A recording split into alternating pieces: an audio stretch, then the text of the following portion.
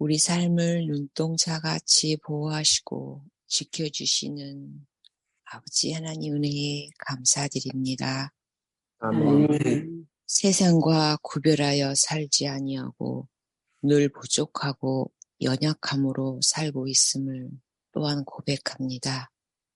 아버지, 이러한 모습조차도 저희를 사랑하여 주심을 압니다. 저희 인생을 긍휼히 여겨주시고 우리의 심령이 새롭게 변화되도록 날마다 인도해 주시옵소서. 아멘. 아무도 알 수 없는 내일이 있기에 하루하루 하나님을 의지합니다. 바라봅니다. 우리의 모든 문제를 감찰하신 하나님, 신음소리까지도 들어주시고 또 넘어지면 일으켜 세워주시는 우리들의 하나님. 우리 교회에는 신체적으로 연약한 분들이 계십니다. 우리는 약하지만 하나님은 강하신 분이십니다. 강하신 하나님께서 우리의 상한 마음도 터치하여 주시고 아픈 부위도 터치하여 주셔서 되어지는 기쁨을 주시기를 간절히 바라옵나이다. 아멘. 이제 목사님께서 준비하신 말씀을 선포하십니다. 우리에게 성령으로 감동시켜 주시기를 은혜합니다. 이 모든 말씀 예수님 이름으로 기도드리옵나이다. 아멘. 아멘. 이제 우리 목사님 나오셔서 하나님의 말씀을 주시겠습니다. 네, 감사합니다. 우리 이경상 집사님, 멀리 한국에서 시차도 다르고 또 형님 때문에 매우 이렇게 분주하고 마음이 쫓길 텐데 들어오신 것 환영합니다. 네. 이경상 집사님 인사 좀 해주십시오. 예, 그동안 보고 싶었습니다. 예, 화면이 껌해요. 정신없이 일주일 지나고 아유, 오늘 이제 그 장례식장이 있습니다. 네. 오, 아이고 가셨구나. 언제 돌아가셨어요? 거기 시간으로 아마 아침 11시일 거예요.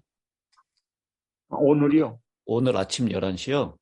예, 미국 시간으로. 아유. 아무튼 모든 장례 절차가 잘 이루어지기를 기도하겠습니다, 집사님. 감사합니다. 네. 오늘 저는 고난받는 종으로서의 메시아라는 제목으로 함께 은혜를 나누려고 합니다. 오늘 이 본문에 있는 말씀은 이사야 52장 13절부터 53장 12절까지 있는 말씀입니다. 52장 13절 보라 내 종이 형통하리니 밭으로 높이 들려서 지극히 존귀하게 되리라.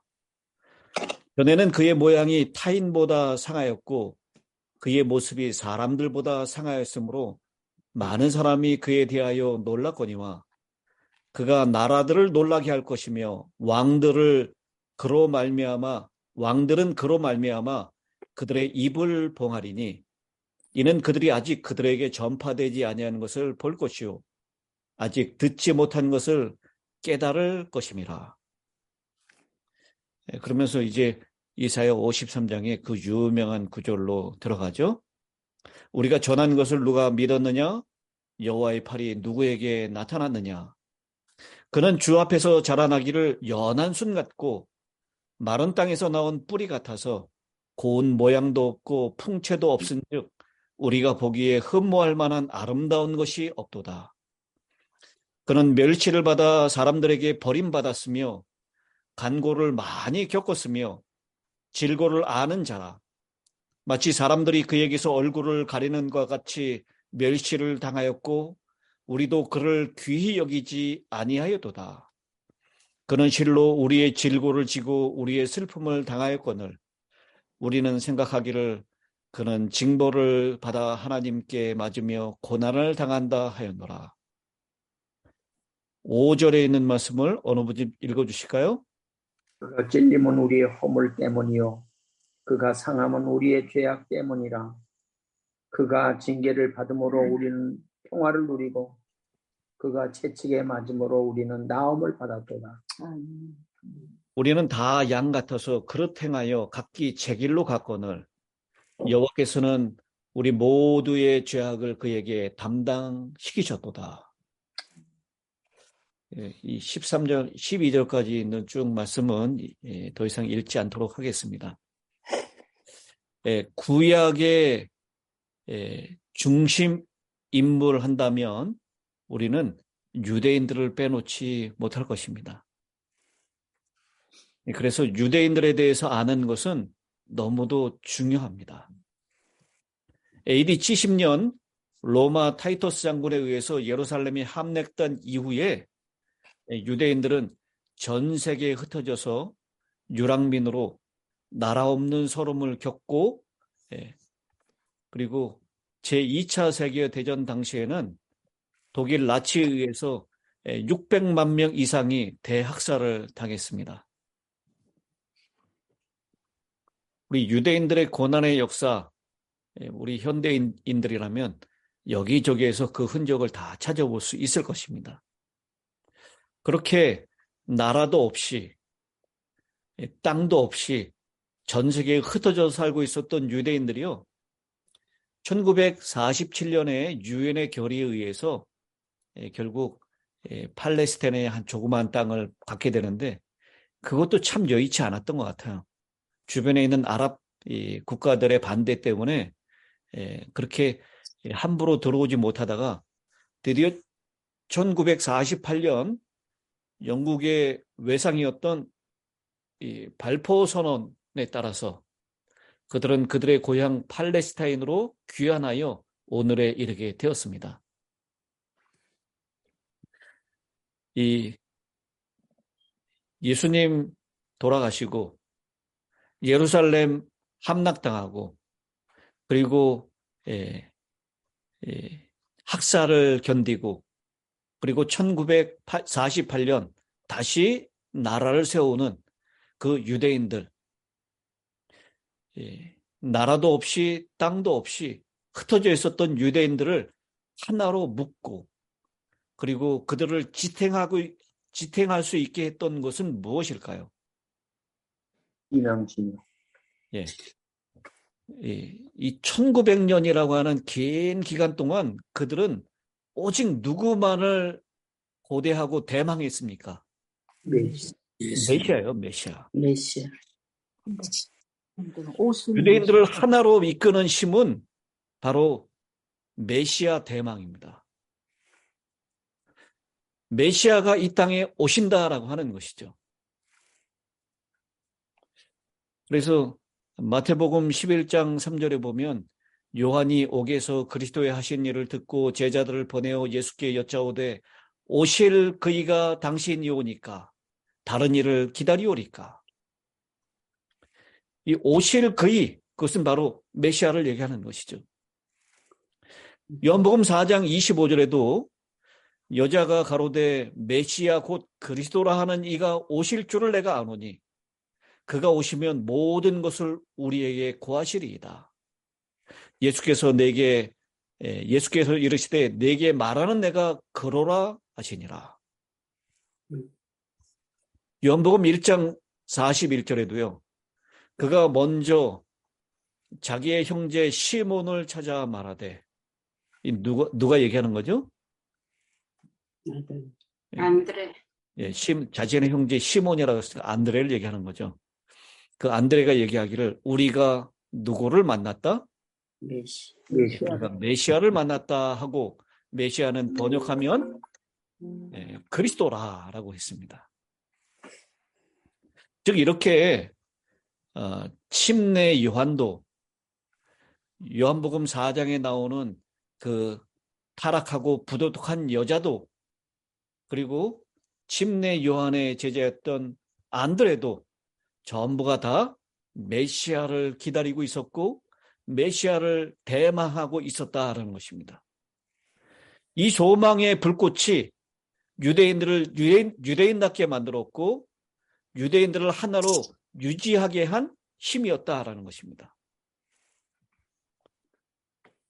이 메시아가 이 땅에 오신다라고 하는 이 약속은 구약 성경 모세의 율법과 선지자들의 글과 시편에도 나와 있습니다. 특별히 오늘 우리가 읽었던 이사야 선지서에 메시아 예언이 집중적으로 나타나 있습니다. 그런데 안타깝게도 유대인들은 아직도 누구를 기다리고 있어요? 오신 네. 아직도 메시아를 기다리고 있습니다. 우리 그리스도인들은 구약이 예언한 메시아가 바로 2000년 전에 이 땅에 오신 예수라고 하는 것을 믿고 있고요.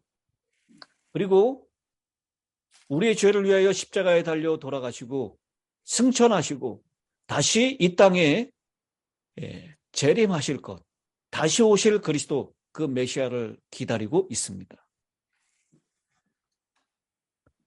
제가 요새 챗 GPT에 이렇게 모르는 거 있으면 물어보는데요. 챗 GPT에다가 그렇게 물어봤어요. 지금 유대인들은 이 메시아를 기다리고 있습니까? 그랬더니 이 유대인들이 메시아를 기다리고 있다 그래요. 소수의 유대인들은 바로 예수님이 메시아인 것을 믿지만 많은 대다수의 유대인들은 아직도 이 메시아를 기다리고 있다라고 그렇게 얘기를 합니다. 그래서 유대인들은 메시아의 초림을 여전히 기다리고 있습니다. 메시아가 세상을 다스리는 왕으로 영광스럽게 나타나서 세상을 새롭게 이끌어 나가는 것, 그것을 유대인들은 기다리고 있습니다. 그랬어요. 그래서 그렇게 믿는 유대인이 몇 프로나 됩니까? 라고 다시 질문했더니 정확한 통계는 없지만 현재 유대인 중에 예수를 메시아로 인정하는 사람들은 일반적으로는 소수파이며 대부분의 유대인들은 예수를 메시아로 인정하지 않습니다. 라고 그렇게 대답을 해 주었습니다. 이렇게 성경에 나타난 이 메시아에 대한 그 예언을 잘못 해석함으로 인해서 성경 박사였었던 유대인들, 성경을 가지고 있는 것을 자랑스럽게 율법을 소유했던 것을 다른 사람들보다 더 특별하게 생각하며 선민의식에 빠졌던 유대인들이 결국은 이 땅에 오신 메시아 예수 그리스도를 놓치고 말았습니다. 오늘 저는 이 이야기를 통해서 몇 가지 교훈을 얻으면서 함께 은혜를 받고자 합니다. 첫 번째, 구약의 메시아 예언에는 두 가지 측면이 있다라는 것을 우리는 기억해야 합니다. 유대인들이 바로 이 점에서 실패한 것입니다. 우리가 읽은 본문에도 살짝 나타나 있지만 이사야 52장 13절에 여호와께서 가라사대 보라 내 종이 형통하리니 밭으로 높이 들려서 지극히 존귀하게 되리라.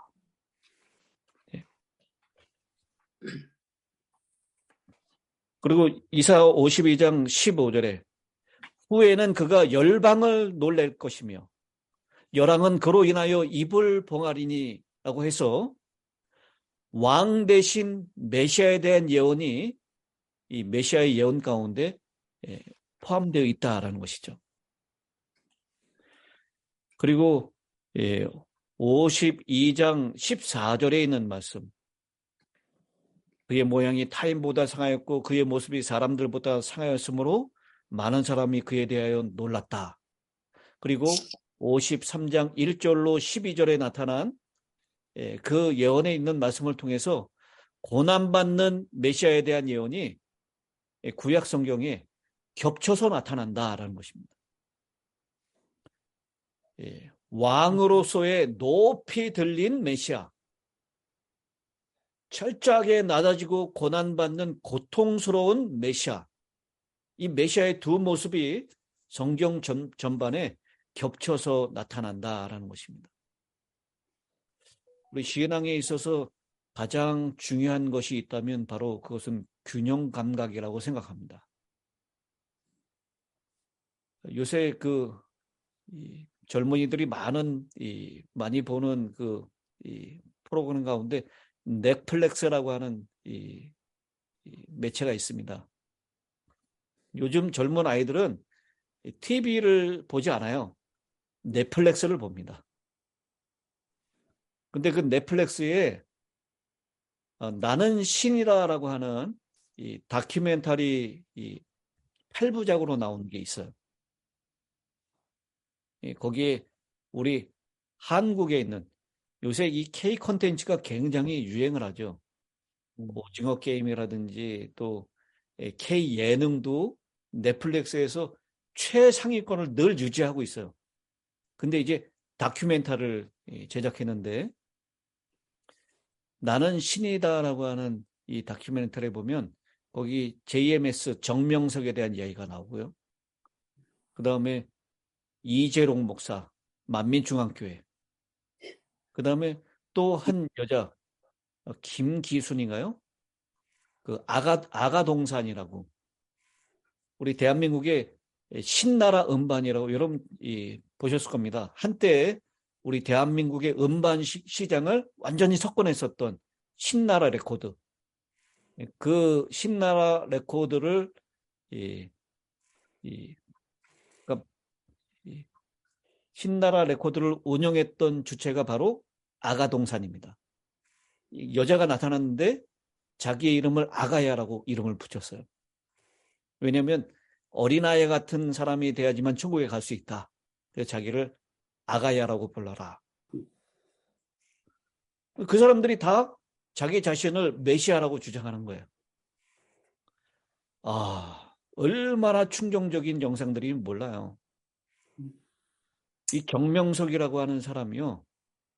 자기가 메시아라고 주장을 하는데요. 이 사람이 결국 감옥에 가가지고 10년 이상을 10년형을 받고 나왔어요. 근데 감옥에 잡혀가지고 이 검사들이 이제 재판하고 이런 장면들을 보이는데 자기는 메시아 아니라고. 신도들에게는 자기가 이 메시아라고 그러고 하나님이라고 그러고 그랬는데 거기서 메시아 아니라고 그래요. 그 소식을 듣고요. 그 JMS의 신도들 중에 정명석이 메시아가 아니라고 하는 소리를 듣고 자살하는 사람이 생겼어요. 근데 거기에 있었던 사람이 증언하기를 만약 정명석이 자기 자신이 메시아가 아니라는 것을 부인하면 신도들 가운데 굉장히 많은 숫자가 자살할 것이다 라고 얘기를 해요. 근데 감옥에 갔다 나오고 난 다음에도 자기가 여전히 메시아라고 주장을 합니다.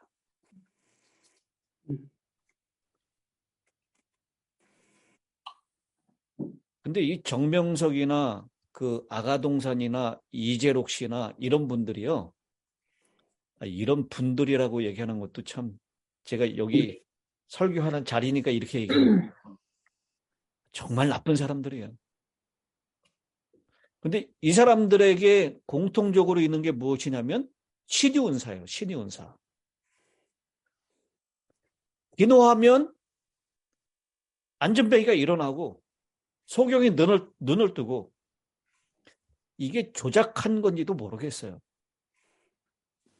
근데 그런 장면들을 보여주니까요. 막 끝도 없이 줄을 서요. 이 사람에게 안수기도 한번 받으려고. 그러니까 줄 쫙 세워놓고 이렇게 지나가면 머리에다 이렇게 손 한번 이렇게 대는 거예요, 그냥. 돈 없는 사람은 1대1로 면담도 못 한다 그래요. 돈을 엄청나게 갖다 줘야지만 1대1로 면담할 수 있다 그래요.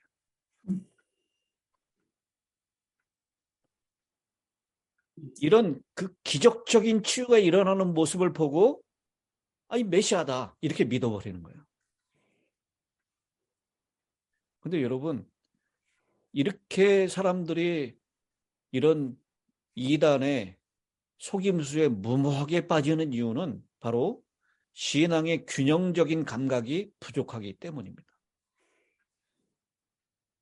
유대인들도 메시아를 높임을 받으신 왕으로서의 모습만 부각을 시켰지 고난받는 종으로서의 메시아의 모습을 잃어버렸기 때문에 그들은 그들의 신앙에서 실패하게 된 것입니다. 우리는 좌로나 우로나 치우치지 않아야 합니다. 예를 들어서 은혜와 진리, 같이 균형을 잘 잡아야 돼요. 사랑과 공의, 사랑을 한쪽으로만 너무 강조하면요, 자유주의자가 되고 말아요. 공의를 한쪽으로만 너무 지나치게 쏠리면 율법주의자가 되고 맙니다. 복음과 율법, 믿음과 순종, 믿음만 강조하면 행함은 필요 없다 이렇게 주장해요. 또 순종만 강조하면 믿음이 뭐 대수냐, 행함으로 말미암는 의가 될 수 있습니다. 거룩과 선교, 거룩은 구별되는 거잖아요. 이것만 강조하다 보면 안에 들어가서 빛과 소금으로서 세상에 섞이지 못합니다. 근데 또 선교만 강조하다 보면 또 거룩을 잃어버릴 수도 있어요. 이렇게 지금 제가 말씀드렸던 그곳에서 우리 신앙의 균형을 잘 잡는 것은 정말 중요하고 아무리 강조해도 지나치지 않는 것입니다. 유대인들은 구약이 예언한 메시아이신 예수님이 이 땅에 오셨을 때 그들이 압제받는 상황이었습니다.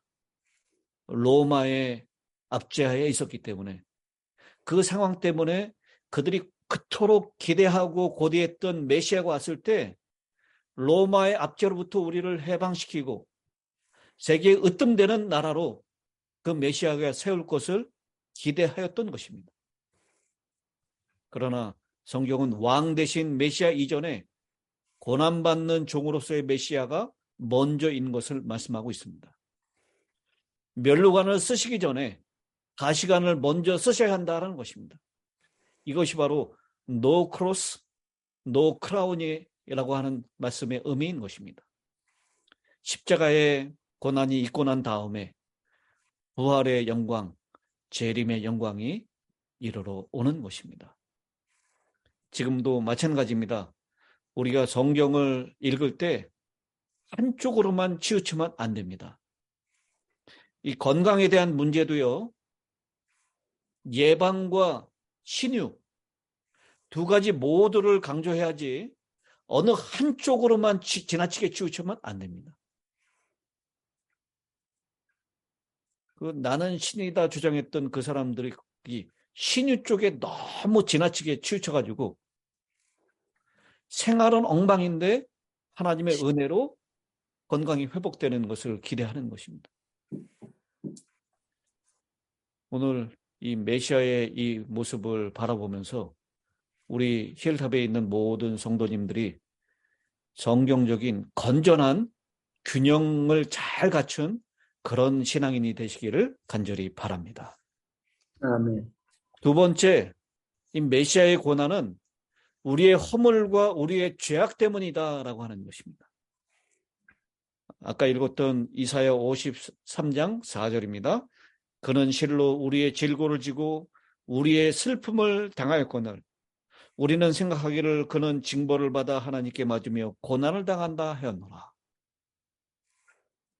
그가 찔림은 누구의 허물 때문이요? 그가 찔림은 우리의 허물 때문이며 그가 상함은 우리의 죄악을 인함이라. 이것에 대한 분명한 인식이 우리에게 있어야 한다라는 것입니다. 요한일서 1장 29절에요. 이튿날 요한이 예수께서 나오심을 보고 가라사대 보라 세상 죄를 지고 가는 하나님의 어린 양이로다. 요한복음 1장 29절. 예, 요한복음. 네. 제가 요한일서라 그랬나요? 네. 제가 요새 요한일서를 계속 공부하다가 보니까 입에 밴 것 같아요. 또 메시아의 수모, 메시아의 수치, 메시아가 무시당함, 메시아의 누추함, 이 모든 것이 다 우리의 죄악 때문이었다라는 것입니다. 그런데 정작 이 메시아가 이런 모습을 한 것이 못마땅하다라는 이유 때문에 유대인들은 메시아를 거절한 것입니다. 여러분, 한 소녀가 자기 어머니의 일그러진 얼굴이 정말 싫었습니다. 다른 어머니처럼 좀 예쁘고 미연했으면 좋겠다라고 늘 생각했습니다. 심지어 엄마가 학교에 오는 것조차 싫어했습니다. 그런데 어느 날 딸이 점심 도시락을 놓고 갔기 때문에 허겁지겁 도시락을 들고 딸의 학교를 방문했습니다. 딸은 엄마를 보자마자 울어버리고 말았습니다. 자신의 엄마의 흉한 모습이 모든 친구들에게 공개되어 버리고 말았기 때문입니다. 그런데요, 이 엄마는 자신이 그렇게 일그러진 그런 모습이 딸이 어렸을 때 불이 나서 딸을 건지러 들어갔다가 입은 화상임을 눈물로 밝히고 말았습니다. 그때 딸은 또 한 번 울고 말았습니다. 그렇습니다. 주님의 초라한 모습은 바로 모두 내 죄 때문입니다. 아멘. 내가 저 십자가에 우리 주님을 못 박은 것입니다. 우리의 교만과 이기심의 대가가 바로 저 십자가에 초라하게 매달린 많은 멸시를 받고 버림을 받고 질고를 진 슬픔을 당하신 그리스도의 모습인 것입니다. 네. 내가 우리의 주님을 때리고 침뱉은 것입니다. 내 죄 때문에 주님께서 그런 흉측한 모습으로 고난 받으신 것입니다. 우리가 이 사실을 깊이 깨닫는다면 그런 모습 때문에 메시아로 예수를 거절했던 유대인들과 같이 되지 않을 것입니다. 우리는 정말 우리 주님을 사랑합니다. 우리 모두는 그런 십자가에 달리신 고난받으신 그리스도의 모습을 정말 사랑하고 감사해야 합니다. 아멘. 그 십자가를 자랑해야 하는 것입니다. 바로 우리 때문에 메시아가 그런 고난을 당하시고 우리의 허물과 우리 죄악 때문에 그런 아픔과 슬픔을 짊어지셨다는 것, 그것을 오늘 이 메시아의 모습 가운데서 분명히 볼 수 있게 되기를 간절히 바랍니다. 아멘.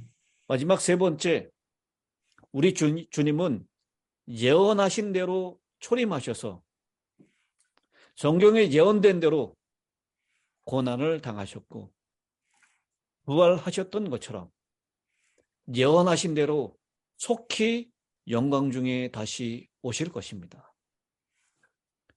주님은 신약에서만 자그마치 318번 내가 다시 오실 것이다 라고 약속하셨습니다. 우리 주님은 분명히 다시 오십니다. 우리는 이 소망을 생각하며 살아야 합니다. 다른 소망 때문에 사는 것이 아니라 주님께서 이 땅에 다시 오신다라고 하는 소망 때문에 사는 것입니다. 아멘. 요한복음 14장 1절로 3절입니다. 우리 너무나 잘 알고 있는 재림의 약속이죠. 너희는 마음에 근심하지 말라. 하나님을 믿으니 또 나를 믿어라. 내 아버지 집에 거할 곳이 많도다. 그렇지 않으면 너희에게 일렀으리라.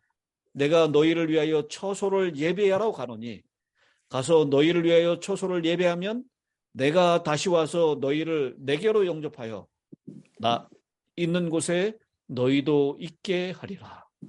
아멘. 우리 주님이 초림하셨듯이 우리 주님은 반드시 재림하십니다. 그리고 우리는 하늘 집에서 우리 주님과 영원히 함께 살 것입니다. 아멘.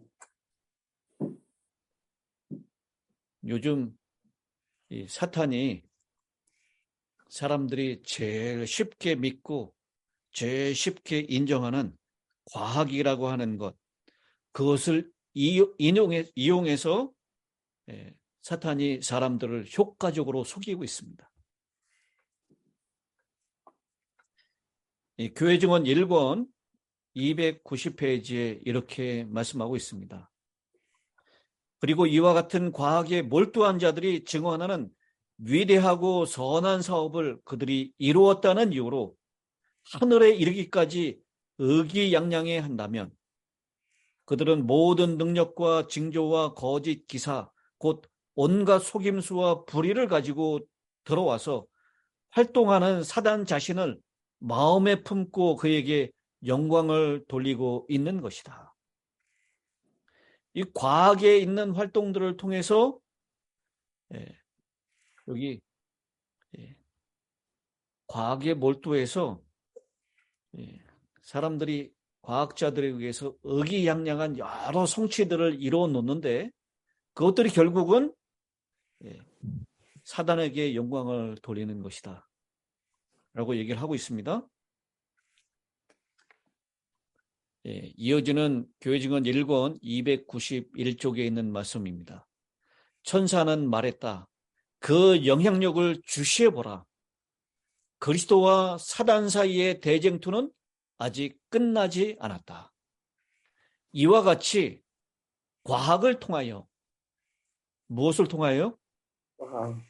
과학을 통하여 사단이 잠입해 들어오는 것은 사단의 왕이 고안한 것이며 마침내 수많은 사람들의 마음에서 그리스도가 메시아 곧 하나님의 아들이 되신다는 참 믿음을 소멸해 버릴 것이다. 이 과학을 통해서 사단이 잠입해 들어오는 것, 그것은 사단의 왕 마귀가 고안한 것이다 라고 얘기를 하고 있습니다. 요즘 현대인들이요, 성경 말씀을 더 믿습니까? 과학자들의 과학적인 데이터로 주장하는 과학적인 논문을 더 믿습니까? 과학을 더 믿어요. 결국 이 과학을 통해서 사람들의 마음을 어떻게 하려고 하는 것입니까? 예수가 메시아 되심, 하나님의 아들 되신다는 그 참 믿음을 소멸해 버린다라고 했어요. 그게 바로 우리가 요한 1서에서 공부했었던 적그리스도입니다. 적그리스도. 그게 바로 이 1세기 요한 서신을, 요한 복음을 기록할 그 당시에 이단이었던 영지주의자들의 가르침이었어요.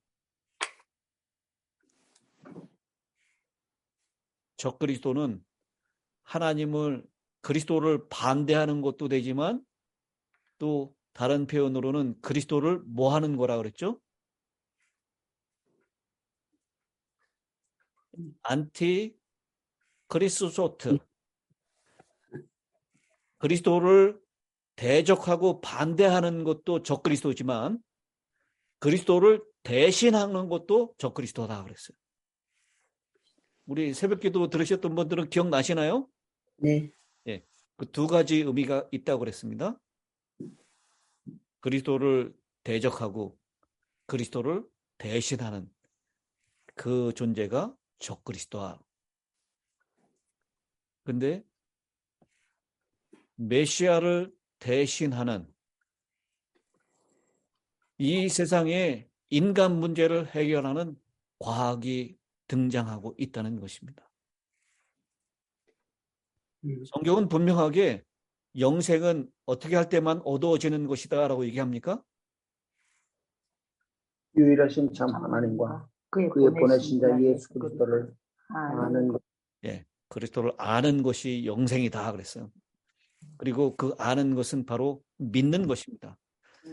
예수를 통해서만 우리가 영생을 얻을 수 있다라고 얘기를 하고 있어요. 그런데 이 세상의 역사의 사람들은요, 끊임없이 죽지 않는 영생을 추구해 왔습니다. 우리가 잘 아는 중국의 진시 황제.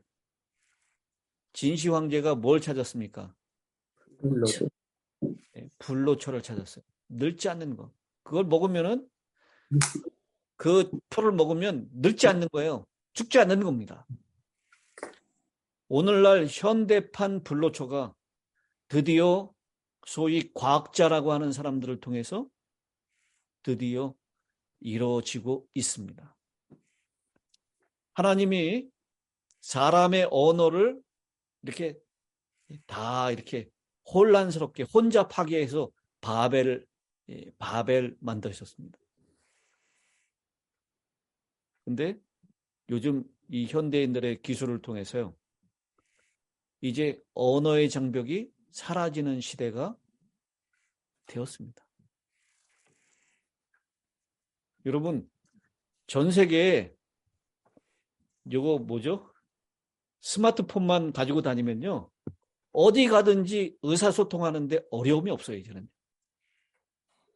전에는 뭐 손짓 발짓 했지만 요즘은 스마트폰 가지고 우리가 한국말로 하고, 뭐 예를 들어서 저쪽에 있는 사람이 터키 사람이다. 그럼 터키 말로 이 앱을 켜가지고 한국말로 하면 터키 말로 바로 번역을 해서 말을 해줘요. 그럼 그 사람이 터키 말로 얘기한 거를 한국말로 바로 들려줍니다. 이런 시대가 됐어요. 근데 이것도 이제 그 폰을 가지고 다녀야 되잖아요. 근데 이제는요, 조금만 있으면 우리 뇌에다가 칩을 임플란트해요. 그러면 컴퓨터를 가지고 다닐 필요가 없어요. 우리 뇌에 이 컴퓨터에 있는 그 모든 이 기능이 다 저장되어 있는 겁니다. 그래서 내가 한국말로 생각하는 것을 배우지도 않은데 터키말로 얘기할 수 있어요. 그 사람이 이란어로 얘기를 하면 내가 배우지도 않았는데 이란어를 한국말로 듣는 것처럼 들을 수가 있는 시대가 오는 것입니다. 그리고 결국은 이것은 사람을 영생에 이르게 하는 일에까지도 도전을 하고 있습니다. 제가 새벽 기도의 시간에 좀 그것을 말씀을 드렸죠. 사람의 생각을, 이게 지금 일론 머스크가 하고 있어요. 이 테슬라 이 CEO가요. 이 지금 동물 실험을 통해서 가능하다라고 얘기했는데 미국 FDA에서 이걸 허가를 안 내준다 그래요. 이게 만약 허가가 되고 윤리적으로 문제가 없다라고 생각하면 아마 이것은 사람을 영생하게 만드는 도구가 될 것입니다. 사람의 생각과 그 모든 것을 칩으로 담아가지고요, 우리 몸이 낡았으니까 새로운 몸에다가 그 칩을 이식하는 거예요. 그러면 그 사람은 영생하게 되는 것입니다. 이제 예수 그리스도를 믿음으로 영생 얻는 것이 아니라 과학자들의 과학을 통해서 영생을 얻게 된다라고 하는, 그 과학자가 적그리스도 메시아의 역할을 한다라고 하는 것입니다. 메시아를 대신한다라는 것입니다. 이렇게 되면 이 세상에 참 문제가 많을까요? 안 그래도 문제가 많은데요, 죽지도 않고 영원히 산다 그러면 이 세상은 걷잡을 수 없는 문제가 생길 것입니다. 근데 이렇게 할 수 있는 사람은 또 누구밖에 할 수 없어요? 돈이 드는 일이 있기 때문에 돈이 있는 사람만 할 수 있어요. 그러니까 사람들이 영생을 얻기 위해서 지금보다 더 돈 버는 일에 혈안을 갖게 되고요, 그 돈 버는 일을 통해서 지금보다 더 몹쓸 짓들을 더 많이 하게 될 것입니다.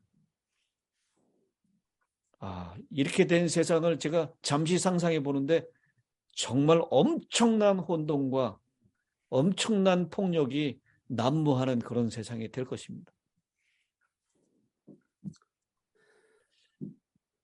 천하의 못된 사람들이 죽지도 않고 그 기술이 계속해서 개발되고 발전되면서 영원히 산다고 생각해 보세요. 이 세상이 어떻게 되겠습니까? 그래서 인간이 만들어 놓은 이 영원히 사는 것, 우리의 생명이 길어지는 것, 그것은 성경이 얘기하고 있는 영생하고는 다른 차원입니다.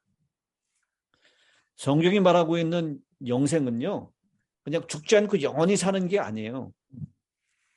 성경이 말하는 영생은 하나님과 함께 사는 것입니다. 하나님 안에서 사는 것이에요. 그냥 영원히 시간도 끝도 없이 영원히 사는 게 아니라 하나님의 생명으로 사는 것, 그것이 영생입니다. 우리가 이 복잡하고 더 점점 더 혼란스러워지는 이 세계의 전망을 바라보면서요, 우리가 가질 수 있는 소망은 바로 예수 그리스도의 재림밖에 없다라고 결론을 내릴 수밖에 없습니다. 아멘. 우리의 소망은 주님 이 땅에 속히 다시 오시는 것입니다. 그렇지 않으면 우리가 정말 보지 못해야 될 여러 못 볼 것들을 더 많이 보면서 살게 될 것입니다. 지금도 이 세상에서 일어나고 있는 일들 보면 정말 아찔한 일들이 너무 많이 일어나고 있지 않습니까? 때때로는 우리를 숨막히게 하는 일들이 너무 주변에 자연스럽게 일어나고 있지 않습니까? 주님께서 분명히 고난당하시는 메시아로 예언되어 있던 이 말씀을 통해서 그 고난이 예언된 대로 이루어졌고, 주께서 죽으시고 부활하신 것이 예언하신 대로 이루어진 것처럼 이 땅에 다시 오신다. 그것도 신약 성경에만 318번 약속하셨던 내가 다시 올 것이다 라고 하는 그 약속이 우리 모두의 진정한 소망이 되기를 간절히 바랍니다. 네.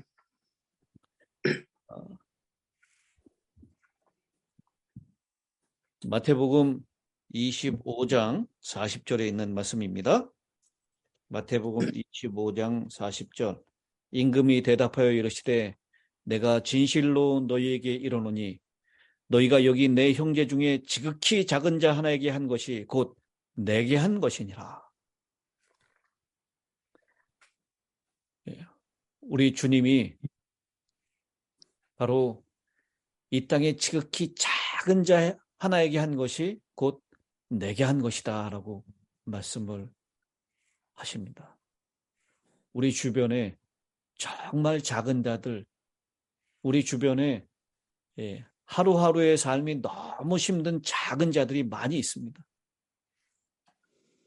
우리 주님의 고난을 생각하면서 주님을 위한 헌신의 자리로 나아가는 것, 그것은 바로 우리 주변에 도움이 필요한 그런 자리에 우리의 도움의 손길을 펴는 것이라고 그렇게 저는 믿습니다.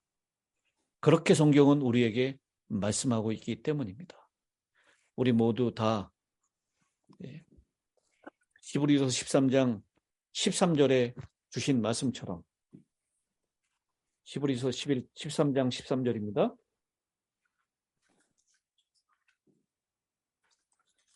그런즉 우리도 그의 치욕을 짊어지고 영문 밖으로 그에게 나아가자. 이 사도 바울이 우리 모두가 다 주님을 따라서 그 고난의 현장으로 나아가자라고 말씀을 하고 있습니다. 우리가 장차 오실 그리스도의 재림의 영광을 바라보면서 그때만을 위하여 사는 것이 아니라 오늘 이 땅에서 고난받으셨던 메시아의 모습, 그 모습을 함께 따라가면서 우리 주변에 정말 작은 자들에게 주님을 위하여 주님을 대하듯이 그들을 대접하고, 그리고 그의 능욕을 지고 영문 밖으로 나가자라고 했던 사도 바울의 말씀처럼 우리 고난의 현장으로 우리 모두가 발걸음을 주님과 함께 동행하시는 저와 여러분이 되시길 바라면서 오늘 고난당하신 메시아라고 하는 제목의 말씀을 마치도록 하겠습니다. 기도하겠습니다. 하늘에 계시는 자비하신 아버지 하나님, 우리는 높아지고 영광스러워지는 것을 원하고 있는 속절없는 죄인들입니다. 심지어는 메시아의 고난당하는 모습을 통해서 메시아를 거절해버린 그런 유대인들과 똑같은 사람들인지도 모릅니다. 그러나 오늘 그 삶을 통하여 온전히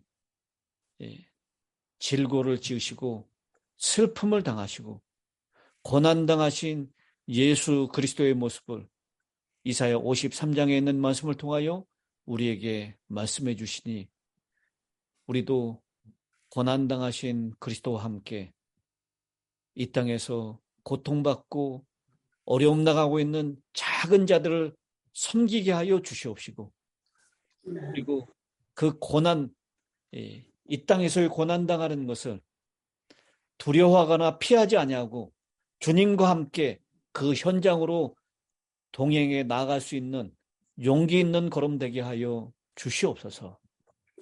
그리고 주님 이 땅에 그 고통을 끝내시는 그날이 올 때 주님 받으셨던 그 영광의 자리로 우리가 함께 들어갈 것을 믿고 확신합니다.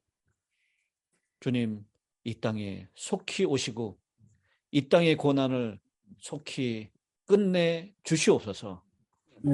이 지구촌에 끊임없이 일어나고 있는 이 질병과 재난의 연속인 이 삶을 우리 주님의 재림으로 끝내실 것을 믿사오며 다시 오시는 그리스도의 재림을 대망하며 살게 하여 주시옵기를 우리를 사랑하시는 우리 구주 예수님의 귀하신 이름으로 간절히 기도드리옵나이다. 아멘. 아멘.